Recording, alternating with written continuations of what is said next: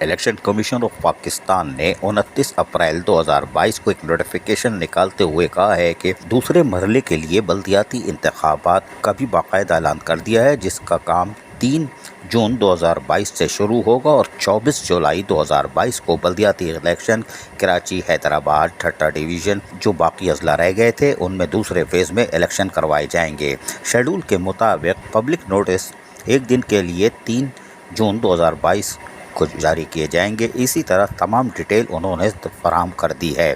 انہوں نے کہا کہ پولنگ جو ہے وہ 24 جولائی 2022 کو ہوگی اور بلدیاتی الیکشن کا اعلان 4 دن بعد 28 جولائی 2022 کو کیا جائے گا۔ اس سلسلے میں الیکشن کمیشن نے باقاعدہ تمام تر تفصیلات بھی فراہم کر دی ہیں کہ اپیل ٹریبونل میں کیسے کی جائے گی اور کتنے دن میں کی جائے گی، اس کے لیے اوقات کار اور دیگر تمام چیزیں انہوں نے شیڈول کے مطابق فراہم کر دی ہیں۔ کراچی، حیدرآباد میں بلدیاتی الیکشن 24 جولائی کو یقینی طور پر اب ممکن ہو سکیں گے، جبکہ الیکشن کے اعلان کے ساتھ ہی افسران کے تقرر و تبادلے پر جہاں پابندی عائد ہوگی، وہیں ترقیاتی کام کی نمود و نمائش پر بھی اب پابندی عائد کر دی جائے گی اور ہو چکی ہے۔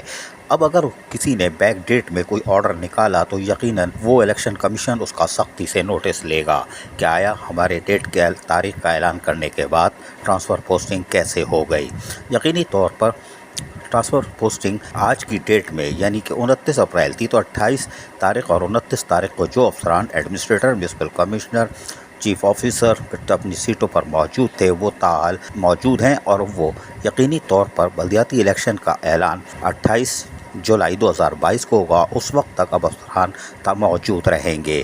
یقینی طور پر اس کے بعد نومنتخب اراکین آئیں گے، لیکن ہم آپ کو پھر بتا دیں نومنتخب اراکین ضرور آئیں گے، لیکن ان کی حلف برداری کی تقریب ہم ایک بار پھر آپ کو بتا رہے ہیں کہ وہ متوقع ہے 2023 میں۔ اس کی وجہ ہم آئندہ قسط میں کھول کر بتائیں گے، اس لیے کہ سندھ حکومت فی الحال بلدیاتی انتخابات ہو جائیں گے لیکن نومنتخب اراکین کو فوری طور پر حلف برداری کی تقریب نہیں کر پائے گی۔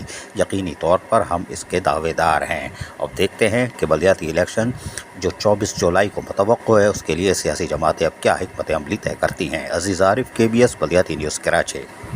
ایسی ہی خوبصورت ویڈیوز فیوچر میں حاصل کرنے کے لیے ریڈ بٹن پر کلک کر کے اور بیل آئیکن کو پریس کر کے ہم سب کے سبسکرائبر بننا مت بھولیے۔